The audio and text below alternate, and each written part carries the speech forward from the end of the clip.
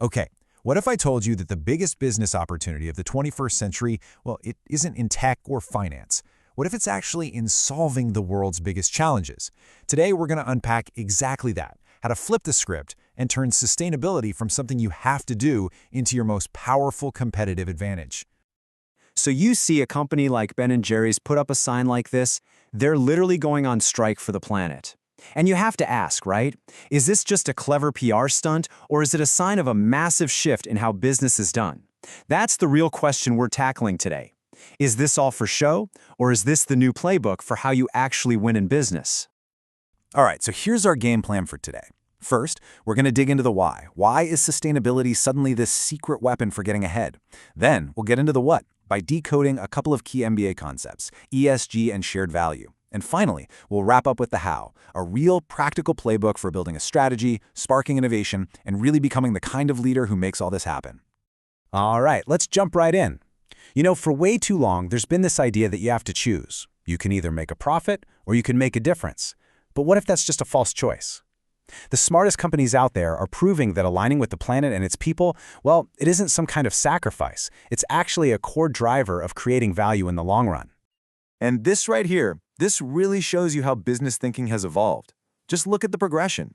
We started with corporate philanthropy, which was basically just giving back. Then we moved to corporate responsibility, which was all about minimizing harm, do less bad. But now we're at something way more powerful, shared value. And this is the game changer. The big idea here is actively looking for business opportunities inside social problems. It's not just about doing good anymore, it's about doing well by doing good. Okay, so that's the big picture. But how do you actually put this way of thinking into practice? I mean, how do you give it some structure? Well, that's where two really powerful frameworks come in, ESG and creating shared value. You can seriously think of these as your MBA-level toolkit for building a business that's truly sustainable. First up, let's talk about ESG. The easiest way to think about it is like a company's report card. But instead of just looking at financial performance, it grades them on three other things: environmental, social, and governance. And this is huge, because it's become the new language that investors, customers, and even top talent are using to figure out which companies they want to support. The priorities can be different, right? A tech company might get grilled on data privacy under social, while a big manufacturer is judged on its emissions under environmental. It's really the new scorecard for how resilient a business is. And that brings us perfectly to the next concept, creating shared value, or CSV for short. The core idea here is really simple but profound. A company's success and social progress aren't separate things. They can be totally linked. It's not a zero-sum game at all. It's more like a virtuous cycle where solving a big social problem actually drives innovation, opens up new markets, and, boosts profits. You could almost call it the holy grail of modern business strategy. So, okay, how do you actually create shared value? Well, there are three main ways to go about it. First, you can completely rethink your products and markets to meet a societal need. Second, you can redefine what productivity looks like inside your own value chain, making it more efficient and sustainable.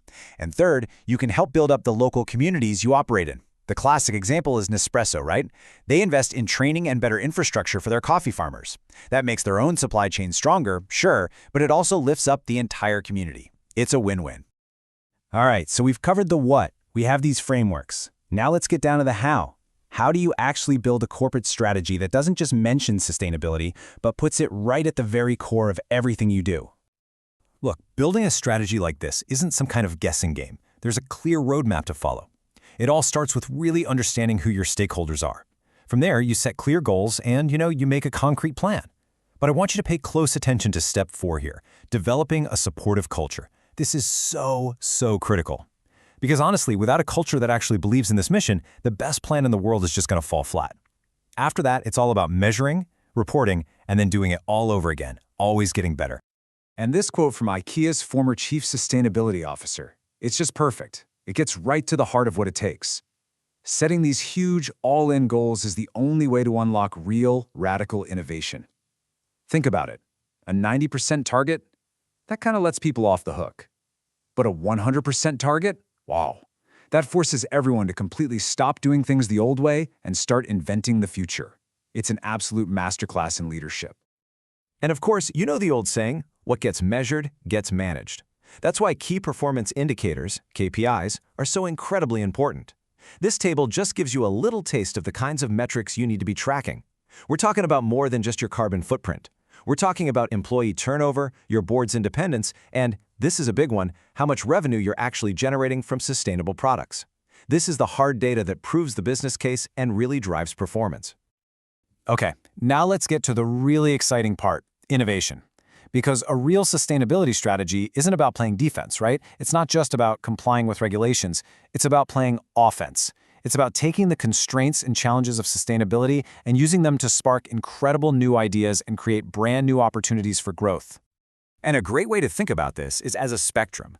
Innovation isn't just one thing. On one end, you've got a company like Zipcar. Sustainability is a great side effect of their car-sharing model, right? It's relevant.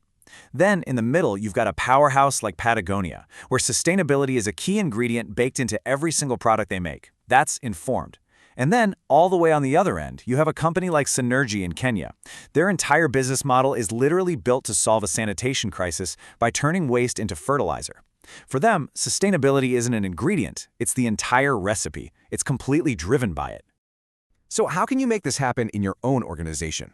Well, here's a pretty simple 4-step plan. First, identify the core ESG issues that really matter for your specific business. Second, you have to quantify the link between your ESG performance and your financial performance. Build that business case. Third, it's time to get creative. Innovate your products, your processes, even your business models. And finally, and this is important, you have to communicate what you're doing. Tell your story and bring all your stakeholders along for the ride. Okay, so we've covered the why, the what, and the how. But now we need to talk about the who. I mean, what kind of leader does it actually take to build a business like this and drive this kind of massive, transformative change? Honestly, this slide right here might be the most important one of all. It really boils down to a fundamental shift in mindset. You got the old way of thinking on the left, where sustainability was just a cost, a burden, something the PR department handled. But the new mindset on the right, that sees sustainability as a massive opportunity to create value. It's not separate, it's core to the strategy. And it's not just about shareholders, it's about all stakeholders. Nailing this shift, that's the real key to unlocking everything we've been talking about. And to actually lead with this new mindset, you need to cultivate these 5 key competencies. First, you've got to be a systems thinker. You have to see how everything is connected. Second, you have to be an incredible collaborator, because none of these problems can be solved alone. Third, you need to be a true social innovator. Fourth, you need to be literate in sustainability. You got to speak the language. And finally, it all comes down to having active values, a strong moral compass that actually guides your day-to-day decisions. So we'll leave you with this final thought. The question really isn't, can you afford to be sustainable anymore? The real question is, can you afford not to be? So as you move forward, building your careers, building businesses, we want to leave you with this challenge. As a future leader, which social problem will your business model be built to solve?